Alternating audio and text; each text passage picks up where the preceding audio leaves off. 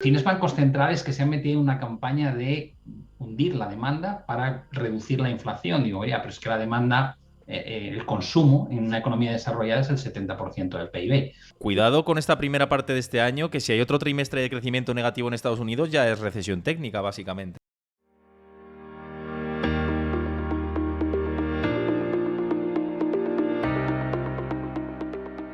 Pablo, uno de los temas habituales, además, justo como he tenido mucho tiempo esperando, ¿no? Con esto del tren, he tenido ocasión de ver varios vídeos tuyos de los últimos que habías subido a tu canal de YouTube. Y el último en concreto que hablas del futuro tsunami que está por venir, o uno de los últimos, vamos, creo que era, no sé, me parece que es el último, ¿no? Corrígeme si me equivoco. Y me ha llamado mucho la atención, hay parte de ese análisis que yo comparto, como por ejemplo lo de las expectativas de beneficios, ¿no? ¿Te parece que se está gestando esta tormenta perfecta que no se está teniendo en cuenta como este escenario recesivo que parece que es el que viene? A ver, yo creo que hay cosas que caen por su propio peso, ¿no? Cuando tú, llevamos comentando muchísimo tiempo, esta semana ha salido el dato, creo que fue el lunes, salió el dato de PPI o PPI, que es el Sí, coste de producción en Alemania, ¿no? Pero se sí. publican en todos los países europeos de forma recurrente y ves esas cifras de 30 y tantos por ciento, 40% en España, ¿no? Y dices que coste entre un 30 y tantos y un 40% más producir un bien o un servicio de lo que costaba hace un año y que la inflación esté en el 8 y pico, en el caso de España. Dices, vale, ¿cómo se come eso? Dices, pues vamos a ver, si cuesta casi un 30 y tantos, 40% más, y tú solamente has conseguido trasladar al coste del producto final un 8 o un 9%, quiere decir que hay un 20 y tantos por ciento que es menos margen de ganancia, ¿no? Es decir, es tan sencillo como eso. Luego puedes entrar en los detalles de qué sectores, qué compañías, pero estamos hablando de en términos agregados. Con lo cual, esto es una realidad que lleva ocurriendo pues mucho tiempo, muchos meses, no unas semanas. Entonces yo me pongo delante de FactSet, que es una de estas páginas que te ofrece un poco las previsiones de resultados de las compañías en Estados Unidos y en Estados Unidos pasa un poco parecido, ¿no? En ese gap. Y dices, ¿cómo no va a haber una revisión a la baja de resultados cuando simplemente la situación que tienes desde una perspectiva de lo que te cuesta producir y lo que puedes trasladar al producto final es tan grande? Luego tienes el otro factor, que es, tienes bancos centrales que se han metido en una campaña de hundir la demanda para reducir la inflación. Digo, oye, pero es que la demanda, el consumo en una economía desarrollada es el 70% del PIB. Con lo cual, cuando tú atacas a la demanda de esa forma, la probabilidad de recesión es enorme. ¿Cuántas veces he visto una recesión donde hayan crecido los resultados empresariales? Nunca. Y es, sin embargo, es lo que se descuenta. Entonces, en mi opinión, hay algo que no encaja, ¿no? Algo que vamos a ver en la segunda parte de este año y que probablemente va a poner más presión todavía de la que ya hemos visto en las bolsas y en las propias acciones. Bueno, la segunda parte de este año, y cuidado con esta primera parte de este año, que si hay otro trimestre de crecimiento negativo en Estados Unidos, ya es recesión técnica, básicamente, ¿no? Entonces, vamos a ver, porque yo estaba contigo en eso de finales de este año, 2023, principios, me parece que es el momento más complicado. Sobre todo, vamos a ver este trimestre de resultados, ¿no? De a ver si hay reducción por parte de las compañías, que me parece que están un poco todavía no descontando ese escenario. Y incluso, y te quería preguntar también a ti, porque me interesa mucho tu valoración, todo el mundo de la industria de la gestión de activos con los que hablo, o la mayoría, o la amplísima mayoría, me están comentando que no ven un escenario de recesión, sino de enfriamiento económico. No sé si esto tú crees que es porque yo digo, yo difiero, se lo digo abiertamente, digo, difiero porque el análisis que yo hago propiamente y con otros analistas que hablo me llevan por el otro lado, a nivel particular.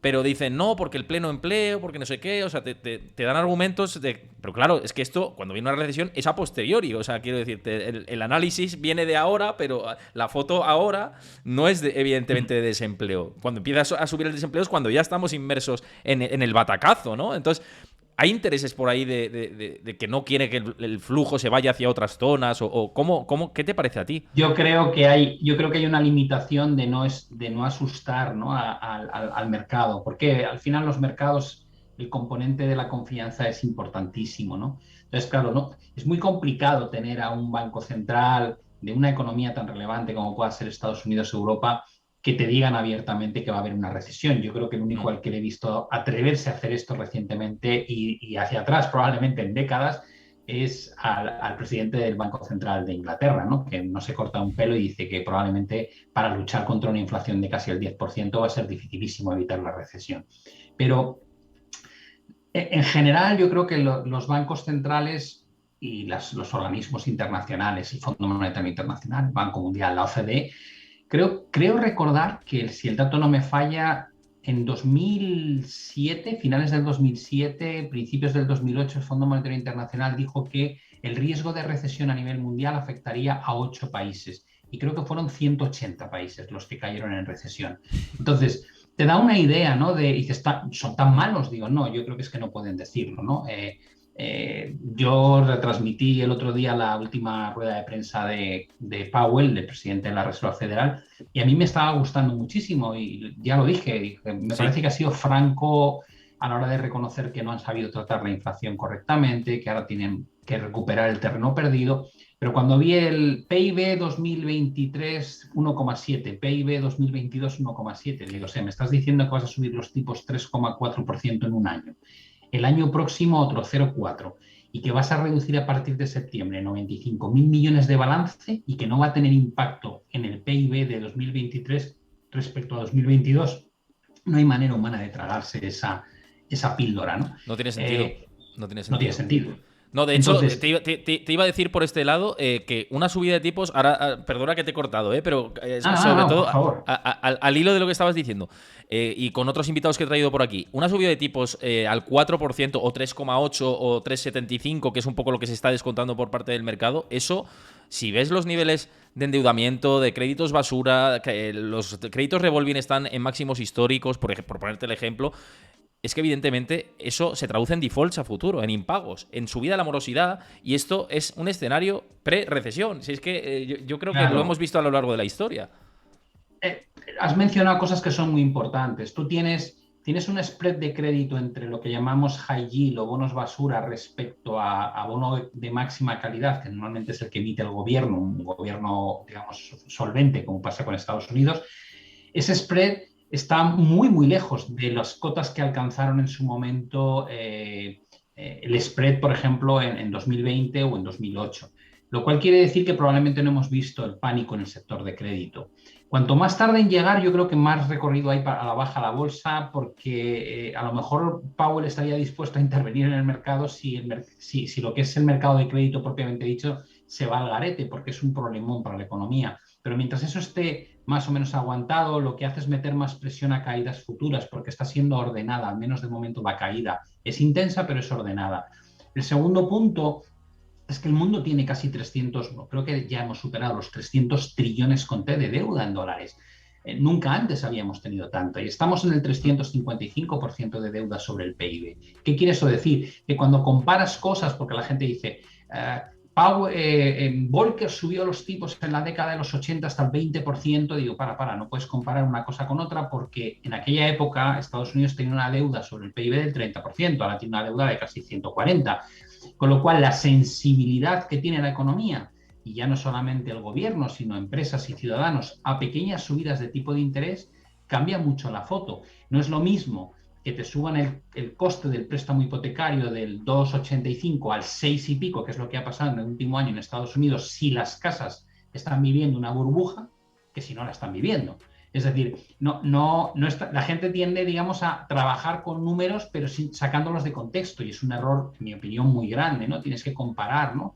Y dices, ¿crees que la recesión tiene sentido teniendo en cuenta ese nivel de endeudamiento y cómo está subiendo el coste del dinero? Digo, sí, creo que evidentemente, como tú dices, puede haber defaults, puede haber una situación muy complicada para empresas que se han acostumbrado a sobrevivir, las llamábamos empresas zombie en 2020 y 2021, porque sobrevivían no porque ganaban dinero, sobrevivían porque tenían líneas de crédito tan baratas que no cerraban, que se mantenían como en la UCI. Pero claro, es que se ha acabado, ya no hay programas fiscales tipo UCI, ni tampoco tienes el coste de financiación tan barato como para poder hacer esos experimentos. ¿Qué va a pasar cuando esas empresas empiecen a caer? Y ligándolo con el otro tema que me has comentado, que es el desempleo, digo, vamos a ver, el desempleo siempre es una magnitud tardía. ¿Qué quiere eso Totalmente. decir? Pongamos un ejemplo súper básico. Dices, yo soy un empresario y tengo 40 empleados y en principio hago mis inversiones en función del ciclo económico y mis previsiones de cuánto voy a generar de negocio. Y me equivoco, ¿no? El negocio empieza a flojear porque la economía se ralentiza y al principio aguanto, gano menos, pero aguanto. Pero aquello va peor, ¿no? El mercado entra en recesión. Cuando hay recesión, lo que ocurre es que hay menos actividad económica. Y dices, entonces yo de repente llego a un break-even, ya no gano dinero y digo, vale, ¿cómo soluciona el hecho de que cada vez venda menos producto y cada vez gane menos hasta el punto de ya no ganar? Digo, pues lo que hago es reducir mis gastos. El gasto más grande de una empresa es la nómina de los empleados. Y dices, bueno, pues si no tengo negocio para fabricar tanto y vender tanto, pues de los 40 empleados me quito 5 y lo bajo a 35. Y dices, vale, ¿cuándo ha llegado el aumento del desempleo? Pues cuando yo como empresario he dejado de ganar dinero, que ha sido a raíz de una ralentización económica que ha acabado terminando en una recesión. Por tanto, el empleo es lo último. De hecho, yo me acuerdo cuando la gente decía, en 2012, yo decía, esto tiene buena pinta ya. Y me decían, no se nota nada, estamos en el peor momento. Digo, ya, pero es que vosotros sois los últimos en notarlo. Tampoco notabais el problema en 2008, cuando el problema era evidente. Entonces, el empleo yo creo que es una magnitud que debemos acostumbrarnos a que va a ser el vagón de cola de los síntomas Siempre. de lo que ocurre en la economía, nunca es un líder.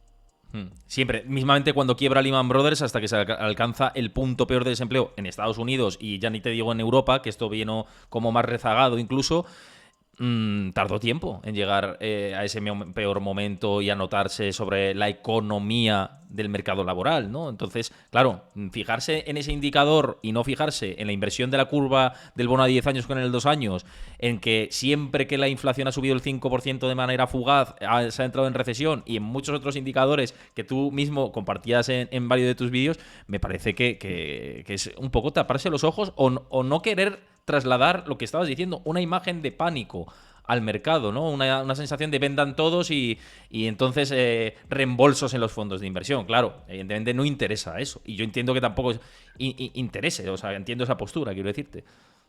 La industria es una industria que gana dinero con mercados al alza, no con mercados a la baja, las cosas como son. Cuando el mercado cae y sobre todo cuando cae con mucha fuerza destruye riqueza, ¿no? Y hay un momento en que la gente no quiere invertir porque, bueno, pues por la experiencia justo anterior ha sido muy negativa o porque estaban invertidos y no supieron salirse y entonces no ven la oportunidad porque lo que están viendo es cómo se reduce, ¿no? su ganancia, su patrimonio acumulado y es un entorno que yo creo que nunca se pronostica bien al principio y casi cuando ves ya los pronósticos es al final, ¿no? Cuando ya es inevitable. Ahora, tal vez a mí lo que más me preocupa en este caso es que hemos creado, ¿no? Durante casi una década y media, desde el año 2009, hemos creado una camada de inversores que tienen, sí, 12, 13 años y se sienten totalmente expertos, pero realmente solo han visto un lado del mercado, que es Mm, el lado bonito, ¿no? Y mm. sé que aquí hay mucha gente que me criticará y dirá, joder, el lado bonito, Pablo, se cayó la bolsa un 30 y tantos por ciento con el COVID en febrero, Sí, pero con una marzo. tendencia alcista de largo plazo y de fondo. Y no solamente eso, yo tenía amigos que cuando me empezaban a preguntar era en abril, me decían, oye, tal, ¿cómo lo ves? Abril, mayo, y ya estaba recuperando el mercado, entonces estaba más tranquilos y cuando, no, deja, no hace falta, no hace falta y cuando estoy ganando dinero, acababa el año y me decían, estoy ganando dinero. Y digo, sí, y estamos en la peor recesión de la historia de los últimos 100 años. Del último siglo no ha habido una recesión como esta. Y además global. Y tú estás ganando dinero sin haberte movido porque el mercado cerró en máximos históricos en Estados Unidos y en algunas bolsas como Alemania, ¿no? Y dices, ¿es eso normal? Digo, no, es totalmente anómalo. ¿Por qué? Digo, pues porque has conseguido con una intervención masiva que Claro. la percepción del riesgo desaparezca del inversor, se ha animado a comprar con un dinero que tú le estás mandando a casa, a pesar de que está en casa sin poder moverse, sin trabajar, y hoy has creado una aberración financiera que ahora estamos viendo que se está desmontando, ¿no? Entonces, ¿cuál es la realidad? Digo, pues que en 2020 te salvaron los bancos centrales con lo que llamaron ellos QE ilimitado. En 2018 te salvó la Reserva Federal cuando pasó de subir tipos y reducir balance a bajar tipos e incrementar el QE4 que pasó y desapercibido por crear la compra de letras del Tesoro. Tuviste otra vez ayudas en 2015 cuando las cosas pintaban feas, cuando empezó el programa de QE del BCE, del Banco Central Europeo, y así para atrás, te puedes ir al QE3 de Estados Unidos, al QE2, al QE1, que es cuando llega 2009 y has pasado por 2008, que has perdido más de un 50% en tan solo un año. Entonces, dices, ¿por qué te preocupa ahora? Digo, pues porque por primera vez los bancos centrales con la inflación que hay están maniatados. No es que quieran que el mercado colapse, pero no se pueden meter en medio. ¿Por qué? Dices, pues porque es muy complicado, porque tienen un mandato de algo que está haciendo muchísimo daño al ciudadano de a pie. Y el ciudadano de a pie está bastante cabreado, ¿no? Cuando llenas el depósito, cuando pones las facturas para ver cuánto te cuesta la calefacción o el agua o la electricidad y dices, oye, tío, esto ya se está pasando de madre cuando vas a hacer la compra. Entonces, ahora no puedes hacer lo que han hecho antes, que es mi prioridad es cuidar Wall Street, ¿no? Mi prioridad es que los mercados no caigan. Digo, no, ahora tu prioridad es que no se cabre más la ciudadanía porque vas a tener un problema muy serio si no. Entonces, dices, y si dejas un año sin poder intervenir a los bancos centrales en favor del mercado, ¿cuál es el punto donde se van a parar? Y esa es la gran pregunta que yo me hago todos los días, ¿no? Y pienso, pues queda recorrido, claro, queda un recorrido amplio, porque en otras circunstancias te diría, estarán ya al caer los bancos centrales para salvarnos, pero es que no pueden, con lo cual esta vez es distinto. Claro, con el tema de inflación de fondo es que están maniatados también para subir. Es que están maniatados para bajar y para subir. Hasta dónde subo y hasta dónde si bajo, hasta dónde puedo. Es que es una circunstancia muy anómala. Es una situación que no hemos visto en la historia y atacarla es muy difícil. Y mira, justamente Chris preguntaba por aquí por el chat, que por cierto, están comentando bastante que grande Pablo, que ministro de Economía por aquí, la gente.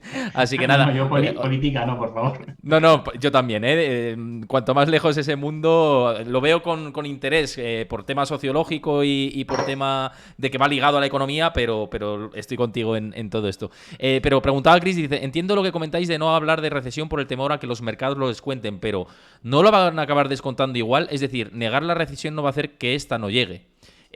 Yo creo que, claro, que es así, pero es para Bueno, evitar no, el pánico inicial, nosotros ¿no? sí lo podemos decir. Héctor y yo lo podemos decir. Yo lo digo Claro, continuamente. Yo sí, no tengo sí, ningún problema en decirlo. sí.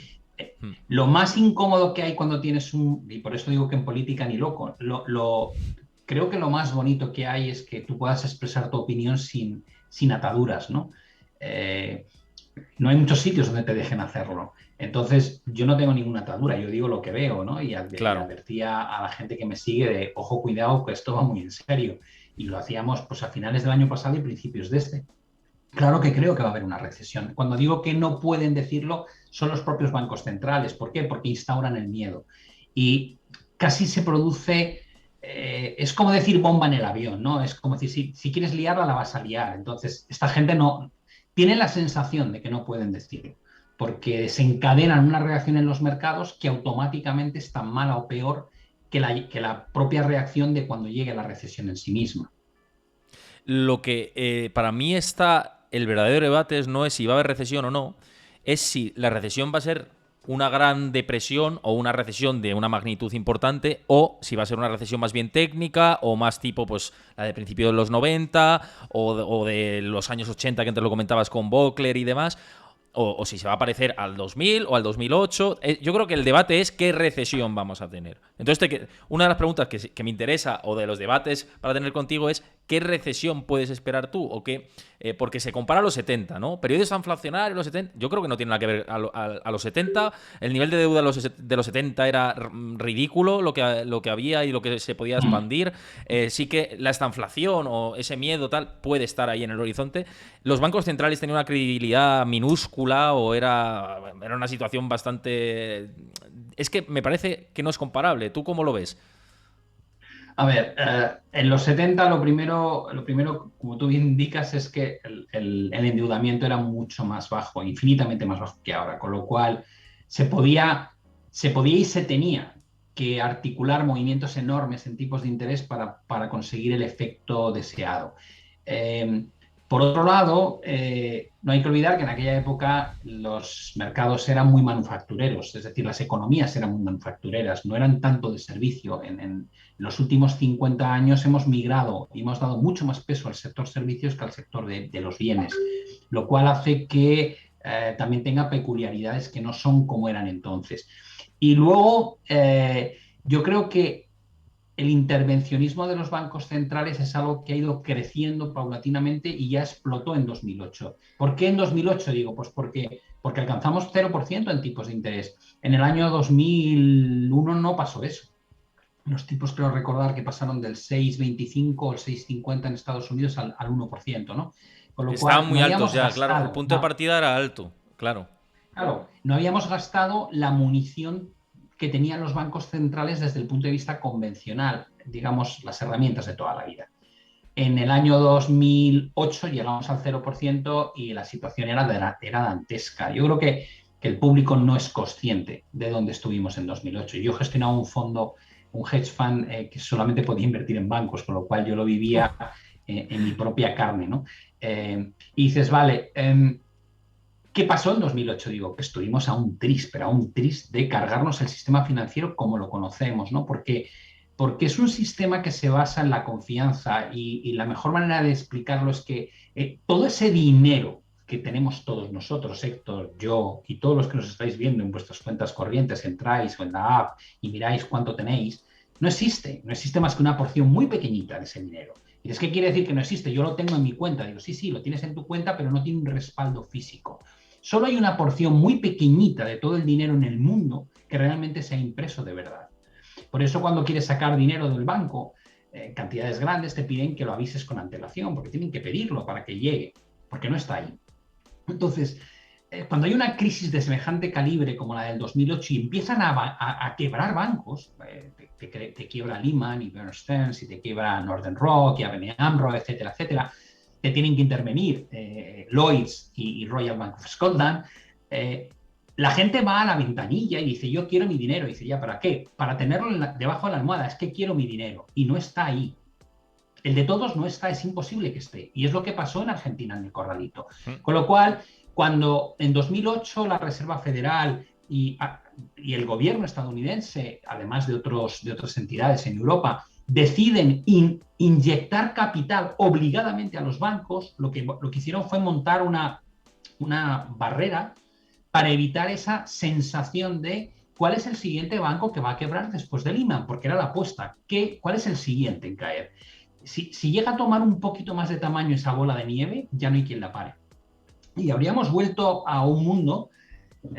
Yo me reía porque me acuerdo cuando se lo explicaba a mi familia, me digo, vamos a volver al intercambio, vamos a volver como nos despidemos, al intercambio de producto, ¿no? Como el extraperlo después de la guerra y cosas así. Y dices, no fastidies, Pablo. Digo, estamos ahí, estamos a un tris. Hay gente que no se acuerda del secretario del Tesoro de rodillas. Cuando digo de rodillas, físicamente de rodillas, pidiendo al Congreso que por favor aprobasen los paquetes de inyección a los bancos. No es muy habitual ver esas cosas. Entonces, a partir de ahí, los bancos centrales debieron de sentirse como esto no puede volver a ocurrir. Y nacen frases del estilo de too big to fail, demasiado grande como para dejarlo caer. Porque dejar caer Lehman fue correcto, pero no podían imaginar que iba a tener las repercusiones que tenía. Entonces, a partir de ese momento, empieza a trasladarse un mensaje al mercado que también habréis oído, que es la put de la Fed o la put de Bernanke o la put de Yellen o la put de Powell, ¿no? Put entendido como una red de seguridad, porque al final es como una put, no deja de ser un derivado en opciones que te cubre del riesgo de caídas. Entonces surge ese concepto de hay una red de seguridad que no lo van a dejar que pase de aquí. Y eso ha creado una conciencia enfermiza entre los inversores de que cada vez que hay un problema nos lo van a arreglar. Y cuando tú crees que te lo van a arreglar y te lo arreglan durante 12, 13, 14 años, le pierdes el respeto a las caídas, porque es como, no hay que hacer nada, me lo van a arreglar. De aquí en unos meses estamos por encima de donde estábamos. Y yo creo que ahora no pueden arreglártelo, ¿no? Y entonces ves un poco toda la foto de cómo hemos llegado, porque estábamos hablando de si estamos como en los 80 o estamos en los 70. Digo, las economías no se parecen nada, el endeudamiento es muchísimo mayor, la sensibilidad a los tipos es enormemente más grande y la costumbre a que te solucionen los problemas los bancos centrales se ha instaurado como una normalidad durante los últimos 15 años. Con lo cual, comparar ahora con los años 80 no tiene mucho sentido, excepto si te puedo dejar el detalle de que si tú calculas la inflación con el modelo del año 80, que ha sido modificado posteriormente, la inflación estaría casi a los mismos niveles que estuvo en los 80. Estaríamos hablando de inflaciones de doble dígito. Para luchar contra eso, Volcker en el año 80 se atrevió a subir los tipos de interés en Estados Unidos hasta el 20% y provocó dos recesiones en los 80, en la década de los 80. No, yo no O sea veo, que yo no veo que quieran hacer eso, básicamente. Bueno, no puede, sí, no puede. es que no pueden subir los tipos ni siquiera al 5%. Es que fíjate, hablábamos antes del año 2000, 2001, que los tipos estaban en el 6 y pico y era un nivel ya bajo, ya venía de caída el nivel ese del 6%. Y ahora el 6 lo vemos como algo inasumible. De hecho, fíjate que compartías también uno de los gráficos que me parecía súper interesante en uno de los vídeos que compartías, era cómo cada vez se ha visto que la capacidad de subida de tipos ha ido a menor, ¿no? A medida que el balance se ha ido expandiendo de la Fed también y que la deuda ha ido creciendo, el margen de actuación de los bancos centrales durante esta última década ha sido cada vez más bajo. Ahora, claro, existe la duda de ¿se llegará realmente al 4%? O ya entra la economía en recesión antes, que es lo que estamos empezando a ver, parece. Tenemos una capacidad de aguantar ahora mismo tensionamiento financiero infinitamente más pequeña que antes, ¿no? Porque hemos cometido más Claro. excesos, porque estamos más endeudados. Yo siempre digo que lo mejor es sacarlo del contexto un poco de economía en plan profesional y explicar las cosas de andar por casa. Digo, si tú tienes un solo préstamo y te suben los tipos de interés, pues te aprietas el cinturón y qué rabia. Pero claro, si tú tienes un préstamo que has pedido para comprar el coche, un préstamo para irte de vacaciones este verano, un préstamo hipotecario que además te pasaste de la raya y no pediste el 100%, sino que entonces te daban el 130% porque querías comprar los muebles. Y un préstamo para quedar bien con tu pareja, que le has regalado un sortijón maravilloso con un pedrusco enorme, y dices, pues claro, si tienes 4 préstamos, la más mínima subida del coste del tipo de interés te va a afectar por 4. Te va a ahogar mucho más rápido. Bueno, pues con una deuda como la que tenemos, que es histórica, de la gran mayoría de los países desarrollados del mundo tienen todos deuda por encima del 100%, dices, bueno, ¿cuál es la sensibilidad a la subida de tipos? Digo, enorme, enorme. Podemos llegar a ver, dices, la del 2000, en el año 2000 teníamos tipos al 6,25 más o menos. En el año 2007 habíamos devuelto los tipos al 5,25. Cuando en 2018 la Fed intentó subir los tipos, llegó, no sé si fue al 2 y poco. Ahora, con la inflación, evidentemente tenemos unas expectativas mucho más altas, pero ¿cuánto más antes de cargarte la economía? Esa es la pregunta del millón. Yo creo que con lo que pretenden hacer ya es más que suficiente. Con esa subida al 3,5%, entre 3,5% y 4%, yo creo que tienes garantizado un pinchazo económico y una recesión bastante severa. Y ahora iremos en análisis en profundo de esa severidad de la recesión y también en Europa, que es otra película todavía más aparte, incluso peor. Pero antes quiero dar las gracias a todos los que habéis seguido el canal desde la última vez que he hecho el repaso, a Soul Mike, a LJVB, el Kricar, NP Aslafat, perdón, que estoy diciendo mal los usuarios y no quiero dejarme ninguno. Freddy Ángulo 71, JG Milara, Don Javier 1, que acaba de seguir justo ahora mismo el canal. Espero que os guste el contenido. Bueno, pues os invito a que sigáis más habitualmente mi canal de Twitch, en el que tenemos charlas de este tipo, invitados de diferente índole, también análisis propio personal. Muchas gracias por seguir el canal y cualquier cosa la vais comentando también por aquí por el chat, que lo estamos leyendo con atención.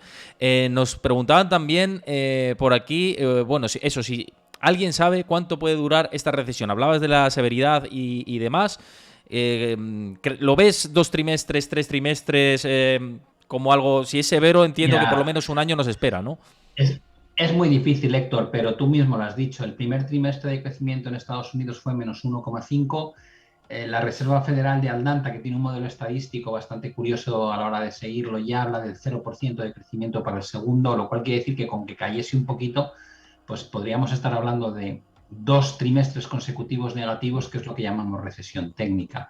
Yo creo que no es tan importante el hecho en sí de si la recesión dura más, dura menos. La pregunta es si se ajustan los excesos que hay, ¿no? A priori, yo creo que la probabilidad de que estemos en recesión este año es mucho más alta de lo que creía hace unos meses. ¿Por qué? Pues, entre otras cosas, porque hace 3 meses nuestra expectativa es que la Fed, la Reserva Federal, iba a subir los tipos hasta el 1,9 y ahora la del 3,4, con lo cual, al meter ese factor en la ecuación, pues las cosas pintan mucho peor, ¿no? Y luego hemos conocido datos de inflación y en lugar de ralentizarse el proceso, pues hemos visto que se ha ido enquistando todavía más. Entonces, sí, a mí me dices, ¿vamos a estar 2022 con una recesión ya evidente en Estados Unidos y que se pueda extender a 2023? Sí, yo creo que sería perfectamente factible como escenario, ¿no? ¿Puede eso cambiar las perspectivas de la Reserva Federal? Yo creo que va a depender muchísimo de la inflación, al menos hasta que tengamos las elecciones de medio término en noviembre en Estados Unidos, que el Biden se la está jugando y va a mantener muy tensa la cuerda con la Fed. Otra cosa es a partir de noviembre, pero claro, es que de aquí a noviembre hay un mundo, ¿no? Porque vamos a ver la gran mayoría de las subidas antes de esa fecha. Ahí Y está, luego claro. has hecho un comentario que es muy bueno, ¿no? Dices Europa. Dices, Europa ¿cómo decirlo? Sin que Otra suene mal, película, ¿no? decía yo. Decía otra película, pero película si Estados Unidos es un thriller ahora mismo, Europa es más una peli de terror ya. Incluso se pasa al género Sí. ya de terror por tener la guerra muy cerca y porque es un conjunto de países asimétricos en muchos casos que la situación es más complicada todavía para encajar todavía ese problema de deuda del que hablábamos. Sí, es que la gente tiene que entender que Europa es un conjunto de países con su propia idiosincrasia, con culturas muy distintas, con modelos económicos muy distintos, con lo cual la propia gestión en sí de un conjunto de tantos países ya entraña muchísimo más dificultad que gestionar un país en sí mismo, como puede ser Estados Unidos o Japón o China. Um, pero es que además hemos hablado antes de cómo nos hemos acostumbrado, ¿no? a que el Banco Central esté ahí como el gran hermano para echar una mano. En el caso de Europa nos hemos acostumbrado a algo que es completamente aberrante financieramente, ¿no? Es decir, a tener tipos de interés negativos. Dices, vamos a ver, ¿qué significa tener tipos de interés reales negativos? Si tú vas al banco y pides un préstamo, No te va a pagar el banco de los intereses, claro, que serían claro, los es que tipos es negativos. el concepto. Imagínate, llegas allí y le dices, mira, oye, que quiero 100.000 euros. Y dices, ah, vale, genial. ¿Qué te parece si a finales de mes me llamas para decirme, o te digo yo dónde me tienes que ingresar los intereses? Y dices, no, pero ¿qué me estás contando? Digo, es que es así. O sea, es que países como Alemania y Francia se han estado financiando a tasas negativas hasta hace un año, en todos los plazos hasta 10 años. En España se han financiado a tasas negativas hasta plazos de 8 años hasta hace un año. Y en Italia hasta plazos un poco más cortos. Pero básicamente hemos creado un mercado, habíamos creado un mercado donde había 18 billones con B de bonos cotizando en rentabilidades nominales negativas. Dices, pero vamos a ver, se nos ha ido completamente la cabeza. Y pensar que eso es normal, dices, no, no es normal. Dices, ¿cómo has llegado ahí? Digo, porque tengo un Banco Central Europeo que ha estado comprando a un ritmo de entre 80 y 120 mil millones todos los meses de deuda. Compraba el 100% de la deuda que emitía el gobierno español y el gobierno italiano, por ejemplo. Y dices, ya, entonces compraban tal cantidad masiva de bonos que la rentabilidad del bono se hundía hasta el punto de caer por debajo del cero, lo cual hacía que los gobiernos se pudiesen financiar sin costes, a cambio recibían dinero. Y digo, sí, claro. Entonces la pregunta del millón es, tú dile a un político que se puede financiar sin coste y acto seguido dile que tome medidas impopulares. Y dices, ¿cómo? Es imposible, no lo va a hacer en la vida. No va a ser fiscalmente responsable. Es imposible que sea fiscalmente responsable porque no le cuesta endeudarse. ¿Tú crees que un ciudadano que vaya al banco a pedir prestado, que le paguen a él por pedir prestado, no tendría un montón de deuda? Pues es normal, yo Claro, también lo haría. Yo diría, claro. a partir de ahora financio todo. Normal, porque es Claro, una pero relación. ojo Pablo, Eso que es lo que claro, hemos vivido. veníamos de una escena en la que subir la inflación al 2% era casi completamente irreal y era casi una caricatura.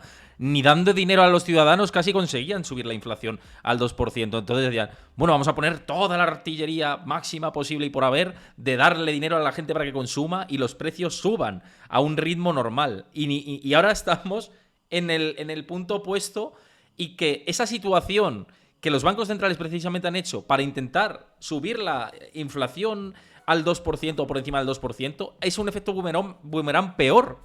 para el escenario actual. Es que hemos entrado en un dilema Pero también vamos, es para mear y verdad, no echar gota, como se también es suele decir. verdad que no calculábamos bien la inflación, Héctor. Es decir, No, eso es cierto. yo tengo una hoja de cálculo, ¿no? Y yo, como yo imagino muchos ciudadanos, ¿no? Y yo, por ejemplo, para temas de renta, pues tengo ahí mis gastos en gas, en electricidad, en los colegios de los niños, bueno, distintas secciones, ¿no? Y lo veo. Y yo me puedo remontar para atrás, no ahora que hay inflación muy fuerte, sino al 2015, 2016, y digo, ¿cuánto subían los precios? No subían un 1,5 o un 1%, ni de broma, ni de broma. Para empezar, ¿por qué? Porque cada vez que, por ejemplo, subía el precio de determinados productos, se utiliza lo que llaman el efecto sustitución. Digo, ¿y eso qué es? Dice, pues que si sube mucho el solomillo, meten el pollo. Digo, y si yo quiero seguir comiendo solomillo, entonces es inflación, pero yo, a mí no, yo no te la computo. Digo, vale.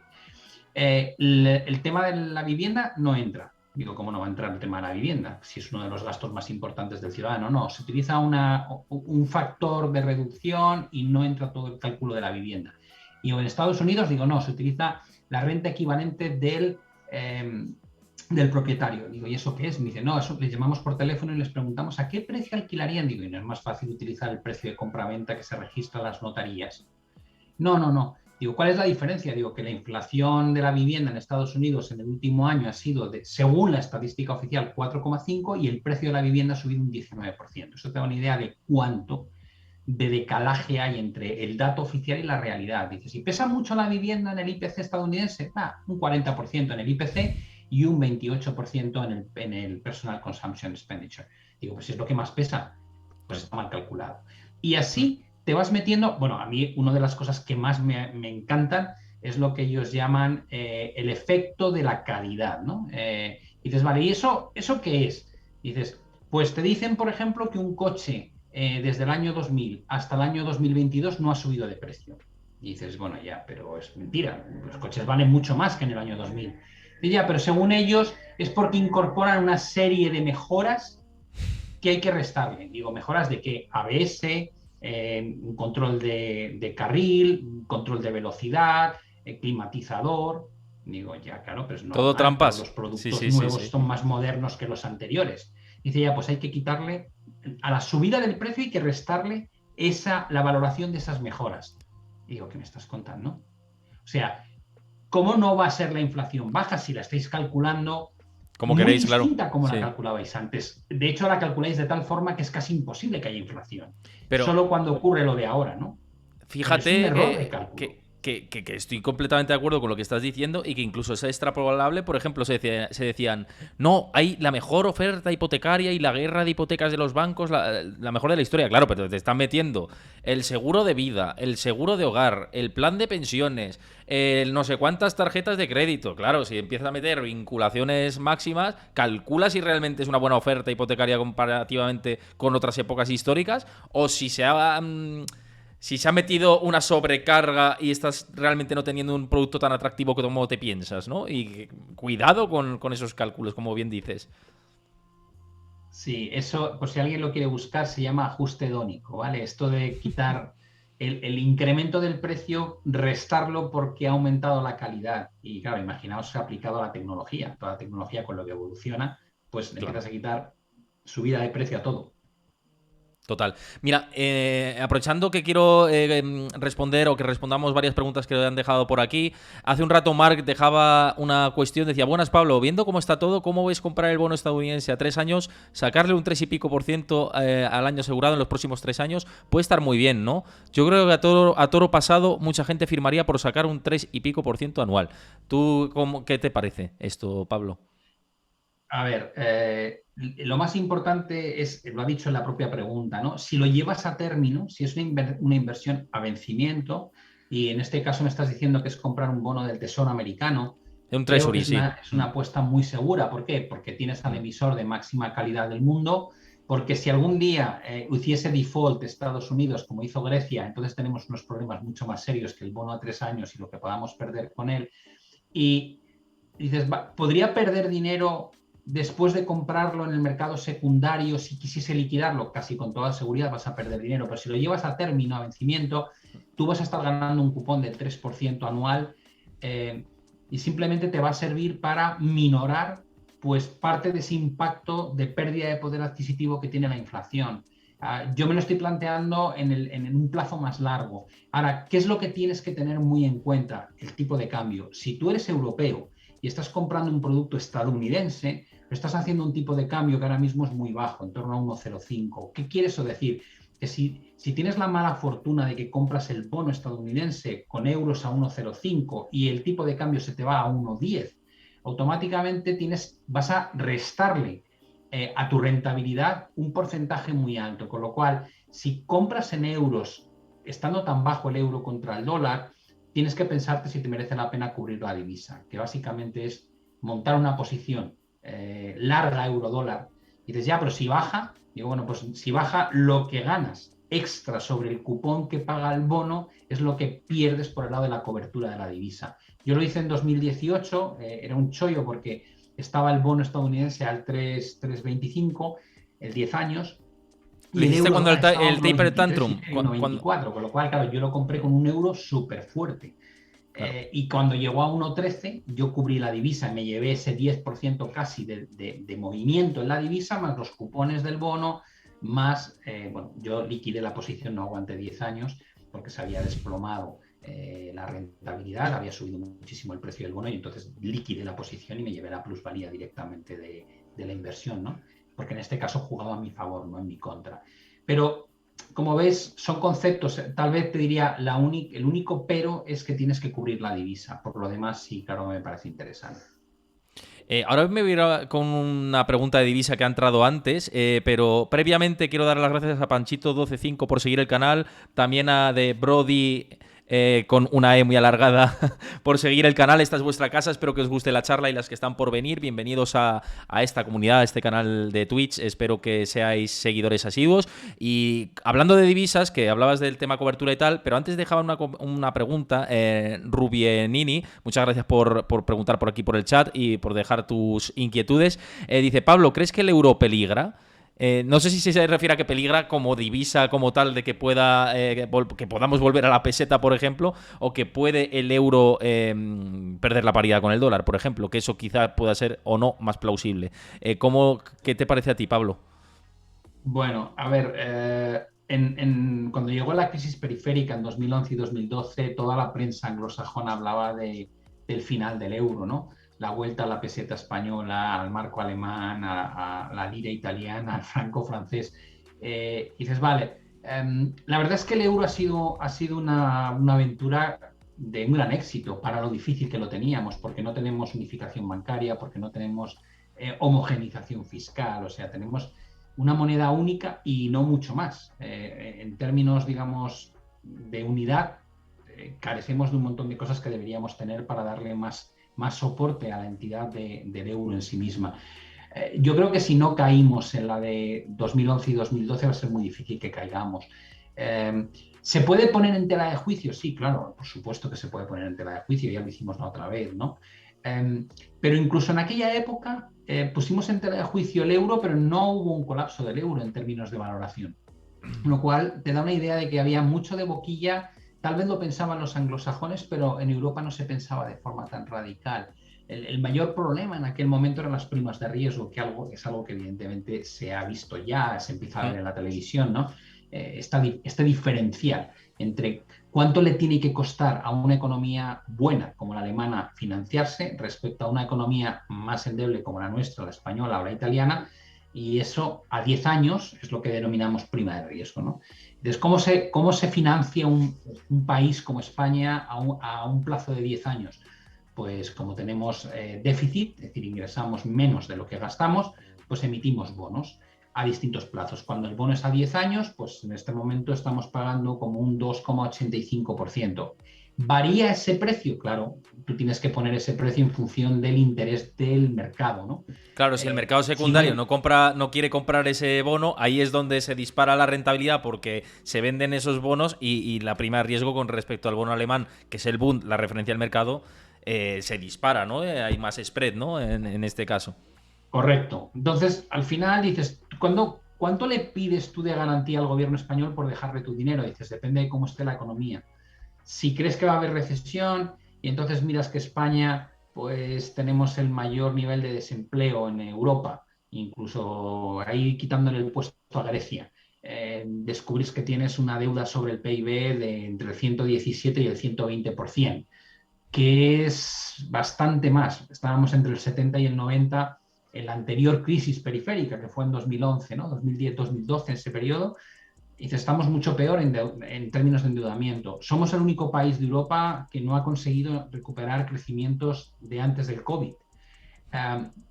Y dices, vale, entonces tenemos un problema, ¿no? No es una economía que te inspire demasiada confianza. Dices, no.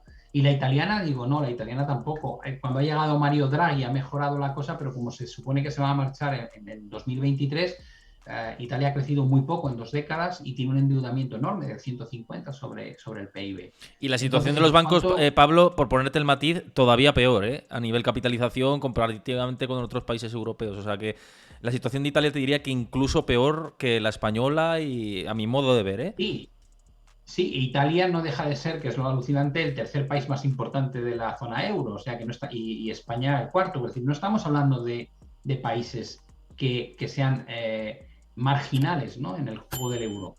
Entonces dices, ¿cuánto le tienes que pedir? Dices, pues cada vez más prima. Para que yo te deje mi dinero, evidentemente quiero que me pagues un tipo de interés muy alto. Y Alemania, digo, no, Alemania no, yo sí me fío. ¿Por qué? Dices, pues porque tiene menos deuda de lo que tenían en 2011, porque tienen un modelo económico muy contrastado, porque están siempre muy preocupados con el tema de la inflación y no habríamos llegado jamás a estos niveles de inflación si el Bundesbank, que es el Banco Central Alemán, hubiese estado controlando la política monetaria durante la última década. Con lo cual, tú tienes más confianza hacia unos países, igual que lo tienes hacia unas empresas, que hacia otras. Esa prima de riesgo probablemente la vamos a ver muy tensionada durante los próximos trimestres. Y eso va a desatar que se cuestione si el Banco Central Europeo está en disposición o no de arreglar el problema cuando estalle, tal y como hizo Mario Draghi en el año 2012. Dices, ¿por qué dudas de Christine Lagarde, que es la presidenta actual, y no dudabas de Mario Draghi? Digo, no es que no dudase, es que Mario Draghi solo tenía que preocuparse de un problema, que era la prima de riesgo. Y había convencido a través de Merkel y Sarkozy al norte de Europa de que extendiesen un cheque en blanco para comprar nuestra deuda si hacía falta. Eso es lo que ocurrió. Y dices, ¿y ahora qué pasa? Digo, ahora tienes a una Christine Lagarde que no ha visto venir la inflación, que tiene que luchar contra ese dato de inflación que está totalmente desatado, mientras convivimos con una situación bélica a las puertas de Europa, mientras te has retirado. Este mes es el último mes en el que amplías el programa de QE, es decir, de compra de bonos, y es justo lo que necesitas para controlar la deuda periférica. Y dices, las renovaciones, digo, eso es lo que van a intentar, que lo que venza lo renueve solo de los bonos del sur de Europa, que son los que están bajo tensión, pero yo creo que no va a ser suficiente. Entonces, es una película, como tú decías antes, como de miedo, ¿no? En el sentido de, sí. qué fácil es que algo salga mal. No voy a decir que vaya a salir mal seguro, pero qué fácil es que algo salga mal, porque tienes que cubrir muchos frentes. No es como Mario Draghi, que estaba posicionado, y luego no tienes figuras en Europa que realmente tengan ese factor de, como yo le llamaba, el efecto pegamento, ¿no? que une las discrepancias. Merkel era una figura con muchísima fuerza en Europa. Ya no está. Y Macron, mira lo que ha pasado en las elecciones. Ya le están echando órdagos, extrema derecha y extrema izquierda, porque ha perdido la asamblea. No hay líderes. Y si yo fuese alguien del norte de Europa, no quiero ser malo, pero si yo fuese alguien del norte de Europa y acabo de extender un talón, un cheque en blanco a España de 140.000 millones, se dice pronto, y a Italia más, a raíz del problema de la pandemia, ya no quiero extender más ayudas, ¿no? Es como decir, ¿qué más quieres? Todavía me debes el 57% del paquete de ayudas que te di para el rescate bancario. Ahora te he dado 140.000 millones. ¿Realmente me estás pidiendo que te ayude ahora con la deuda periférica? Digo, ¿qué pasa aquí? ¿Qué más ayuda necesitas, ¿no? Si lo que tienes que hacer es mejorar tu economía, dejar de endeudarte y no habrá que luchar. ¿Por qué? Porque Portugal, por ejemplo, lo ha hecho mucho mejor que España. No tiene más deuda de la que tenía. E Irlanda la ha reducido a la mitad. Con lo cual, no lo hemos hecho bien. Ya sé que no mola que te digan eso, pero es que no lo hemos hecho bien. Absolutamente, absolutamente. Y además, muchas veces parece impopular, ¿no? Decir este tipo de cosas, pero es que son necesarias decirlas. Porque es que si, yo digo, siempre iría contra mis valores y mi ética, ¿no? Si empiezo a decir, no, esto es fantástico y sí, más deuda y más deuda y deuda sobre deuda y salgamos con más deuda sobre deuda, que es un poco parece como el consenso, ¿no? Que hay ahora mismo en los bancos centrales de los países desarrollados. Y a raíz de lo que decías del tema Ucrania, nos había dejado una pregunta N.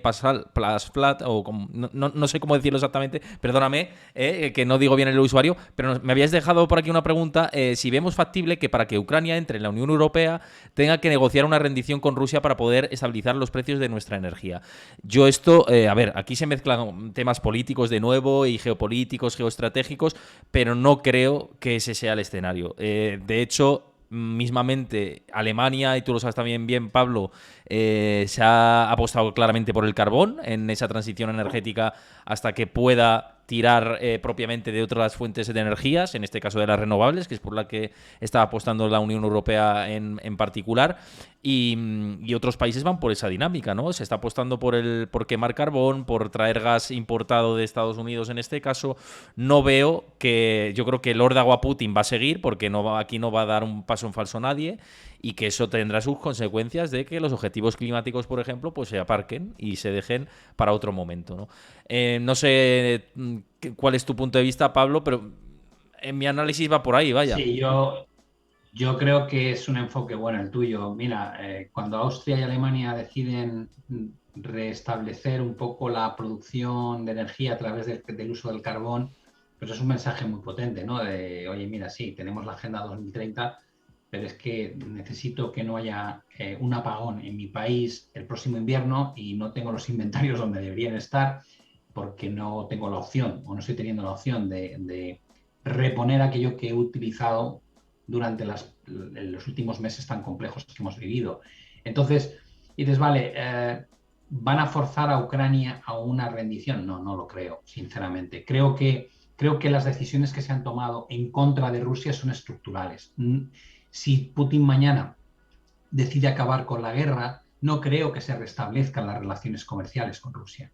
¿Vale? Porque ya estamos viendo lo que hay detrás, ¿no? Al menos desde el lado de la OTAN, lo que hay es una persecución por crímenes de guerra y una serie de cosas. Yo no estoy tomando partido, lo único que digo es lo que hay, ¿no? Y eso explica el hecho de que no creo que en Europa se vaya a trabajar bajo ningún concepto con vuelta a la normalidad. Eso ya creo que ha desaparecido. De hecho, creo que el mundo ha cambiado.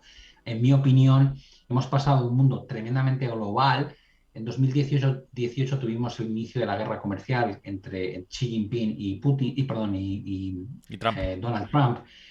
A partir de ahí llegó la pandemia, ¿no? Y después ha venido la guerra. Y cada fase ha marcado un distanciamiento cada vez mayor. En 2018 se aplican aranceles. En 2020 descubrimos que depender de terceros no mola nada cuando hay un problema serio, ¿no? Al principio era pues con el envío de cosas como mascarillas o respiradores y los gobiernos empiezan a decir esto de este bien hay que fabricarlo localmente, cueste lo que cueste, pero no podemos depender de un tercero. Pero luego pasa con los semiconductores y luego llega con el ensamblaje de los teléfonos que estaban en China y Estados Unidos empieza a trabajar con la idea de traerse parte de esa industria a su propio territorio y luego tienes el tema de las tierras raras. Lo que quiero decir es que de repente la maravilla de la globalización, que es uno de los principales argumentos de que no hubiese inflación, empieza a explotarnos en la cara. Y dices, vale, entonces vamos a llegar al proteccionismo. Yo lo llamaría proteccionismo multilateral. ¿Qué quiere eso decir? Que hay dos bandos, nos guste o no reconocerlo, hay dos bandos. Está el bando que se ha unido más, como ha pasado con Reino Unido, Europa, que se había disociado mucho a raíz del Brexit. Bueno, pues frente a la guerra en Ucrania hemos visto como Reino Unido, el resto de Europa, Estados Unidos, Australia y Japón siguen una línea convergente, donde las relaciones comerciales cada vez son más fuertes. Ahí ves la ayuda de Estados Unidos mandando el gas licuado a Europa en cantidades inmensas, por supuesto a un precio mucho más caro del que recibíamos de Rusia. Y por otro lado ves cómo Rusia manda petróleo que ya no consumen en Europa, se lo mandan a la India o a Pakistán a un precio mucho más bajo. Y por supuesto tiene una relación con China que no hace más que incrementar lo que es la transferencia comercial, también a precios muy interesantes. Y vemos cómo Oriente Próximo tampoco se pone en contra de Rusia, a pesar de que Rusia no está cumpliendo con la cuota de petróleo que tiene que que suministrar mes a mes, lo cual te da una idea ya de cómo están las cosas. China lleva mucho tiempo invirtiendo en infraestructuras y ganándose el apoyo de países africanos. Tienes Oriente Próximo, que es uno de los grandes socios estructuralmente de Rusia a través del cártel de la OPEP, y luego tienes países asiáticos que han seguido comerciando con Putin al margen de la guerra. Bueno, pues ya tienes la foto, como digo yo, de dónde están las fuerzas, ¿no? Eso es un proteccionismo multilateral donde va a haber condiciones comerciales probablemente distintas según las hagas con tus socios o con los que no son tus socios, y eso ejerce un marco nuevo. Pero yo no creo que entre los propios socios vaya a haber pisotones graves, porque la situación es bastante mala como para que encima le pegues a tu propio socio. Entonces no creo que Europa vaya a castigar a Ucrania o a obligarla a nada. Ni siquiera para conseguir ciertas cosas de Rusia, porque no creo que vayan a querer volver a tener tratos con Rusia como los que tenían anteriormente. Entonces yo creo que esto está roto. Es como se ha roto el jarrón y ya lo puedes pegar o como quieras, pero nunca va a ser el jarrón de antes. Totalmente, estoy bastante en sintonía con eso. La verdad que es un puzzle de difícil encaje y que vamos a tener... Uno de los motivos por los que las inflaciones se van a mantener alta también vienen de este puzzle de difícil encaje, ¿no? Mira, Lady Nancy, que es una seguidora habitual por aquí por el canal, te mando un abrazo por aquí, dice que en una recesión, ¿cuál es la mejor forma de ahorro a tu modo de ver? Mira, hay una cosa, yo no hablaría de cuál es en la recesión la mejor forma de ahorro. Yo creo que hay un momento en el que nosotros cuando teníamos nuestro fondo, el término que usábamos era capital preservation, ¿no? Era un fondo así un poco con orientación internacional y usaba mucha terminología anglosajona, pero es preservación de capital. ¿Qué significa? Hay momentos en los que uno no se plantea ganar dinero, sino perder la menor cantidad de dinero posible, ¿no? Y es un concepto que creo que es hay que ser humilde, ¿no? Para decir, bueno, es que igual no puedes ganar dinero en este entorno. Lo que intentas es mantener la mayor cantidad de tu capital intacto, porque lo que sí es cierto es que si los activos, me da igual que sea el inmobiliario, que sea la bolsa, bajan un 50% y tú mantienes casi intacto tu capital, tú eres el doble de rico, porque puedes comprar el doble de cantidad con el mismo dinero. Hay que verlo así. Entonces, a mí la gente me decía, vale, ¿cómo te has posicionado a esto? Digo, yo vengo posicionándome hace tiempo. Yo en verano del 2020 invertí en inmobiliario. ¿Por qué? Digo, pues porque en la compra inmobiliaria yo analizo dos factores. El precio de la vivienda es uno y el otro factor es cuánto cuesta financiarla. Entonces, conseguir un tipo fijo de 1,40 era mínimo histórico. Era un chollo. Sobre todo si tenías la idea de que va a llegar inflación por cómo había crecido la oferta monetaria. Pero luego, por otro lado, tenías el factor del precio y dices, vale, estaba muy caro. Digo, no, estaba caro, pero no muy caro. En España no había, en aquella época no habíamos llegado a los precios del 2008, cosa que en Estados Unidos estábamos 40% por encima. Entonces, bueno, sin ser una estrategia increíblemente buena, tenía mucho sentido y yo lo hice. Y estoy muy contento porque desde entonces ha subido mucho el precio y encima el tipo de hipoteca fija a 1,40 ya no se ha vuelto a ver porque está mucho más alto porque el Euribor ha subido un montón. Y dices, vale, y compré oro. Y dices, ¿y le ganas al oro? Digo, muy poquito. Y dices, entonces no es tan bueno. Digo, es que la bolsa ha bajado un 30%. Y es que los bonos han bajado un 20 y tantos por ciento. Entonces digo, claro que es buena, es una de las mejores opciones. Ojalá hubiese subido un 40%. Digo, hombre, sí, claro, ojalá hubiese subido un 40%. Entonces, hay inversiones que simplemente me ayudan a diversificar el riesgo. No estoy en bolsa, me bajé a principios justo de este año, además lo dije en mi canal, con lo cual dices, bueno, pues estoy viendo la caída o la situación preocupante de la bolsa con unos ojos de oportunidad en lugar de angustia, ¿no? Y creo, como decía antes, que ya empieza a ser muy interesante empezar a pensar en los próximos meses en comprar deuda en Estados Unidos a largo plazo cubriendo la divisa. Esa es la siguiente jugada que creo que hay que intentar. Y luego, tal vez para finales de año hay que empezar a comprar bolsa de forma agresiva si ha caído lo suficiente, ¿no? Entonces, bueno, va rotando las ideas a medida que va avanzando este escenario, siempre y cuando pues, se cumplan las cosas que uno prevé. Y si te equivocas, bueno, pues ya sabes, tienes stop losses y por otro lado, pues la humildad de decir no siempre acierto, ya lo sé, pues bueno, no pasa nada. Para la bolsa, Pablo, como siempre, cuando nadie hable de la bolsa y sea un mundo que parece que no existe, ahí es cuando hay que estar en la bolsa, ¿no? Y no cuando hay extremadas caídas, ¿no? Y ni subidas, ¡ay, la bolsa, máximos históricos! Pues cuando todo el mundo parece que la bolsa no existe, que es que ya se han descontado todas esas caídas masivas, ahí es cuando los inversores buenos se posicionan siempre, ¿no? Y estar Sí, ahí. pero falta muchísimo. Date cuenta que la gente lo tiene metido en la médula, ¿no? Lo de dónde está el suelo, cuándo hay que comprar. Sí, Yo lo es veo cierto. para lo que ha caído el mercado y no ha claudicado nadie. Al menos yo la sensación que tengo es que no ha claudicado nadie. ¿Por qué? Pues porque llevamos 14 años en que no claudicar ha dado unos resultados extraordinariamente buenos, ¿no? Yo me acuerdo en 2008 cuando la gente me preguntaba, y a finales del 2008, principios del 2009, ¿qué te preguntaban? Que cuál era el banco siguiente que iba a quebrar. Eso es lo que preguntaban, no dónde estaba el suelo de la bolsa. ¿Qué banco va a quebrar? ¿Va a Sí. desaparecer el euro? O sea, esas eran las preguntas. ¿Qué te preguntaban en el año 2003, después del pinchazo a la burbuja.com, ¿no? Que había bajado el Nasdaq un 83%? Que si iba a haber catch-up en las bolsas europeas a las bolsas americanas, iba a bajar en la misma proporción. No te estaban preguntando dónde estaba el suelo.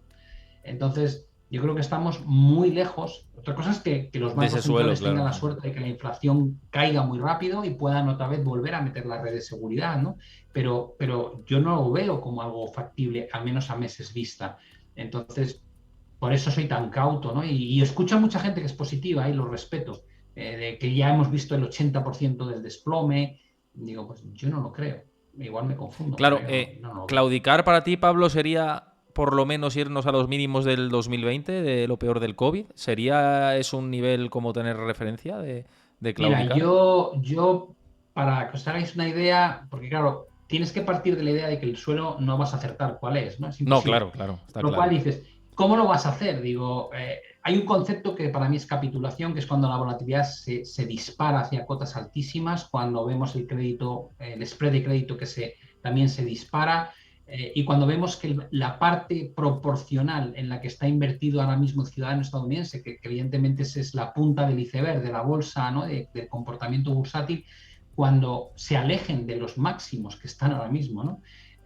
Cuando vea eso, sabré que estoy ya cerca. Y cerca puede ser que falles, que pienses, pues ya es un 40% de caída y luego cae un 60%. Dices, no lo sé, yo a partir de un 40%, si se han dado estas condiciones, empezaré a comprar una cuarta parte, un tercio, y si luego baja un 48%, pues añadiré otro tercio, y si baja un 55%, añadiré otro tercio. ¿Es eso 2.300 de nivel? Sí, más o menos.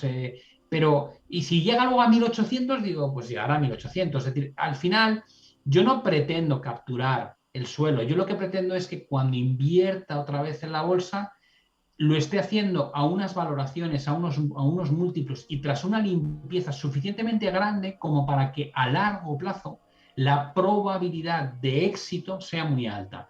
La gente dice, bueno, pero yo no me muevo y volveremos a esos máximos de cualquier manera. Digo, ya, pero si yo soy capaz de capturar eso allá abajo, para cuando volvamos a esos niveles donde tú estabas, yo ya llevaré ganado un 100%. Porque claro, si cae un 50% y vuelve a máximos, yo estaré ganando un 100%. Y dices, es que es muy curioso el concepto. Y dices, entonces a lo mejor sí merece la pena bajarse. Sí. Y sé que hay mucha teoría sobre esto y yo no hablo desde una postura neutral. Yo llevo 36 años trabajando en esto a nivel profesional, con lo cual no pretendo que la gente haga lo que haga yo. Pero al menos para que entendáis un poco cómo me lo planteo, ¿no? Sí, sí, total. Y antes de cerrar, que yo me tiraría aquí hablando 3 o 4 horas, pero por no alargarte más y retenerte por aquí, otra de las últimas preguntas que te voy a hacer es que te ha dejado Ruyu Sant, que es un seguidor habitual de por aquí también, y dice que cómo ves las acciones de IAG a medio plazo. Bueno, es curioso porque muchas veces me decís lo de IAG es como de los activos a través de XTB donde más actividad y operativa hay. Que yo siempre pienso, digo, ¿y por qué les gustará tanto IAG? Voy a abrirlo en un gráfico, vamos, si quieres abrirlo tú en un gráfico, Héctor, Sí, lo vemos en un simultáneamente, me momento, parece claro que genial. sí. Dame Yo un iba a ver segundo que si lo podía analizar. Dame un segundo que lo tengo por aquí, así un poco a grosso Sí, yo modo. A lo, ver. yo lo voy intentando abrir en paralelo, ¿vale? Paralelamente, sí. Dame un segundo que hago transición para que vean el gráfico, la gente del canal. Por cierto, aprovecho en un momento para... por ahí Chris os está dejando mi canal de Discord. Os animo a que os unáis, que ahí suelo compartir gráficos, noticias de actualidad, cómo va a ser la parrilla de la semana del canal de Twitch y, bueno, otras múltiples cosas. Y para estar en contacto también con vosotros. Y aprovecho para decir que hoy se van a quedar preguntas en el tintero, pero que Pablo va a venirse más veces por el canal seguro, y seguro que esas preguntas que se quedan en el tintero podéis volver a saltar al directo y hacerlas por aquí. Y os invito a eso, a que sigáis el canal de Discord y el canal de Twitch. Y ahora sí, voy a hacer la transición de por aquí para que veáis el gráfico, un segundito. Tenemos por aquí, ¿vale? El gráfico de IAG, me parece que es... Si lo puedes poner en semanal para Sí, lo que voy a poner en veamos semanal. Lo voy a poner en semanal, muy a ver si me deja. rápidamente cuál es el rango. Más o menos por ahí. Lo tendría, no sé Vale. si es exactamente. Es a 5 días, ¿eh? Semanal no me deja. Me deja, tengo un mes, Vale. 5 días, un mes, 3 meses, 6 meses. Igual tengo que cambiar aquí la configuración y tal, pero por no extenderme mucho, que todavía soy Vale. ¿Tú bastante qué boomer precio de con el cotización te dan? TradingView. ¿Qué tienes ahí? ¿Perdón? ¿A cómo lo tienes cotizando el tuyo ahí? 13860. 13860. Sí, vale. Sí, Estaba comparando con el mío tiempo para real. que... yo te lo estoy analizando en una pantalla con un gráfico desde el año 2011, ¿no? Porque al final dar un poco la opinión sobre lo que pueda ocurrir sobre un gráfico intraday tiene su intríngulis, ¿no? Y además digamos, la visión sobre un gráfico intraday dura muy poquito tiempo. Y dices, vale, en 2011 IAG cotizaba en el entorno de 1,117, ¿vale? Y en 2020, con la pandemia, volvió a caer hasta niveles de 0,98, 1,17. O sea que, para que te hagas una idea, hay un gran suelo en torno a 1,17 desde hace unos 12 años, 11, 12 años. Y cotiza relativamente cerca de ese suelo. Por arriba, si lo analiza... mira, ahí lo tienes perfecto. Ese es ese Sí, suelo, lo he puesto, perfecto, lo he ampliado a 5 años. Claro, lo he ampliado a 5 años para que toda esta Ok, parte que hablabas de perfecto. 2011 se viera ahí como Eso que ese estás suelo. marcando, que es 2011, y luego lo que ocurre un poco más adelante, en 2020, ese es el suelo que no debe perder, esa es la referencia importante para un inversor de medio-largo plazo, ¿vale? Ese mínimo y el de la derecha, que lo tienes en el día, ahí, ese es el COVID. Ahí es lo que estoy Esa pintando. es tu referencia y está demasiado cerca de ese suelo como para ser negativo en este momento, ¿vale? Ahora, ¿cuánto recorrido hay por arriba? Y ya lo has visto. Si te pones en el gráfico en fechas de 2013, verás un mínimo en 2,5, más o menos. En los mínimos de... Ahí lo tienes. No, donde estabas antes, justo Aquí, antes. ¿no? Por aquí, sí. Ese de ahí Sí. es 2,5, ¿vale? Para redondear. Y el siguiente también es 2,5. Ese es 2,5, el siguiente es 2,5 y el rebote más cercano, este rebote grandísimo que hemos tenido últimamente, el que se produce a finales del 2020, principios del 2021, tienes que bajar Aquí. más, vete para abajo. De aquí, ¿no? Este de aquí. A la derecha, vete a la derecha un poquito y busca esos máximos, esos dos máximos, desde el círculo que tienes abajo del todo, Sí, vete desde aquí. subiendo, Desde este, ¿no? Hasta hacia aquí, arriba. ¿no? Eso es 2,5. Vale. Vale, sí, Que es vamos a básicamente resaltarlo. donde antiguamente se aguantaba. Es decir, lo que anteriormente en 2,5 era un gran soporte, un gran suelo, que cada vez que caía ahí se generaba una gran oportunidad de compra, ahora se ha convertido en el techo. Con lo cual, si me dijeses, ¿en qué rango nos movemos? Te diría, tentador comprar la compañía desde el punto de vista de análisis técnico en el entorno de 1 a 1,15, 1,17, que es la banda inferior, pero si te acercas a 2,5 hay que quitarlo. ¿Vale? Ese sería un poco el entorno. ¿Y podría romper 2,5? Digo, sí, todo puede ocurrir. Si rompe, ya cambiaremos nuestro pronóstico. Pero en este momento, tu rango de fluctuación es ese. Y dices, vale, y a corto plazo, porque supongo, claro, siempre te preguntan, y a corto plazo, digo, si tú miras lo último que ha ocurrido, que es ese proceso zigzag hacia abajo, lo puedes unir, máximos y mínimos, todo eso, efectivamente, lo puedes unir y verás que hay una directriz, una línea de tendencia, y dices, vale, ¿dónde está la parte de arriba de esa línea de tendencia? Digo, lo tienes en torno a 1,86. Vale, y la parte de abajo la puedes trazar en paralela. Digo, sí, también. Es un canal descendente. Ahora estás en la parte de abajo de ese canal descendente. Pero si llega a un 86 y tú estás gestionando con una visión no tan de largo plazo, te diría, un 86 es un buen sitio para salirte. Porque sería el equivalente a la parte alta de todo ese proceso en zigzag que se ha ido produciendo y que si lo unes, pues genera una estructura tipo canal descendente. Entonces, ya ves que la respuesta muchas veces va ligada a cuál es tu perfil inversor, porque claro, no es lo mismo que sea un trader que va a estar aquí metido unos pocos días o unas pocas semanas, que sea alguien que tiene esta compañía desde hace mucho y que la quiera mantener en cartera durante años. Entonces, dependiendo de qué objetivo vas buscando, al final la recomendación se convierte en algo muy distinto, ¿no?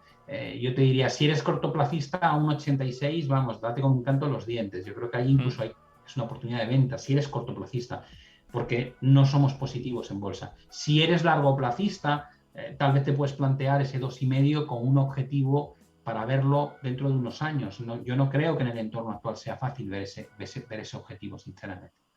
Claro, con el telón de fondo que estamos comentando, es que es complicado extrapolarlo a una acción concreta del IBEX 35. Va a ir de la mano del resto. Y el resto, pues lo que estamos diciendo, muy mala pinta de cara a los próximos meses. Y de hecho, mira, hay C837, muchas gracias por aquí dejar tu pregunta. Lo último que vamos a abordar, porque tiene relación con esto que estamos hablando, habla de la vida del rebote. Claro, los rebotes ya vimos que... Yo me acuerdo que lo comenté en mi cuenta de Twitter cuando se pegó el primer sell-off en los últimos meses estos en los que se fue a buscar ese Fibonacci no clave de los 3.800 puntos el SP500 y yo decía, claro, se ha alcanzado sobreventa, evidentemente rebote hacia los 4.100 puede haber, lo hubo, pero claro, fue muy rápido. Es que lo que estamos viendo es súper anómalo en general en todo. Se generó un rebote brutal. Héctor, lo más importante que tiene que entender la gente, y probablemente es la primera pregunta que deberían hacerse todos los días.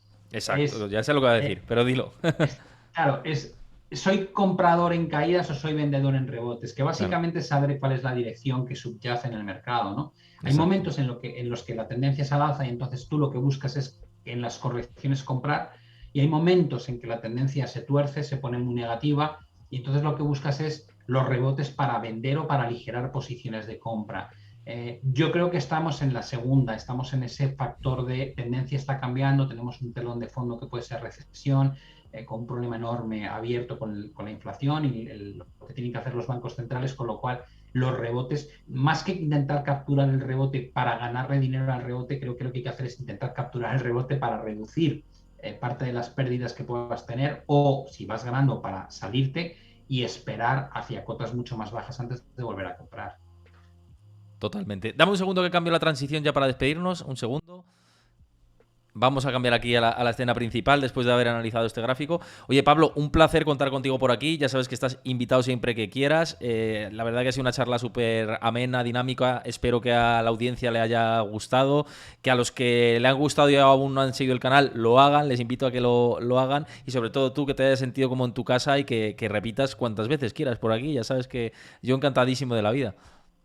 Ha sido muy agradable, Héctor, y yo creo que, bueno, llevar un poco conceptos de cómo está la situación a la gente es casi una obligación, porque hay un montón yo creo, de mentira o de engaño o de medias verdades, ¿no? En Internet, ¿no? Y cuando no tienes la obligación de mantener una postura ligada a un comentario político, por decirlo de alguna manera, pues bueno, es de agradecer, y yo creo que pues estas charlas así abiertamente, donde cada uno da su opinión con independencia de si se acierta o se falla, pues es lo que habría que promover más por internet, ¿no? Con lo cual yo te agradezco mucho esta invitación y a que haya transcurrido así. Claro que sí, claro que sí. Aquí a la gente le está gustando bastante, así que me alegro muchísimo. Ahora nos quedamos despidiéndonos tú y yo en privado, pero antes a la gente, a los que estéis por aquí, os digo que mañana tenemos programa también de Twitch a las 6 de la tarde, que es la hora habitual, que ya sabéis que ha habido un problemita y por eso hemos empezado hoy más tarde. Y tenemos Let's Talk, viene un crack del marketing como es Fede Hidalgo, que nos contará pues cómo ha emprendido en el negocio del marketing, qué cifras se mueven, etcétera, etcétera. Os espero mañana a 6 de la tarde, que viene una charla súper interesante. Y ya os iré anunciando las parrillas de las siguientes semanas. Entre otras cosas, este jueves, datos en exclusiva de Fidelity, que es una gestora de fondos del sector tecnológico. Así que ahí seguro que podemos tener también un aporte interesante relacionado también un poco con lo que hemos estado hablando en la charla de hoy. Nada, os mando un abrazo muy fuerte, que tengáis buena tarde o buena noche ya más bien, y os espero mañana a 6 de la tarde. Cuidaos mucho. Chao. Hasta luego a todos.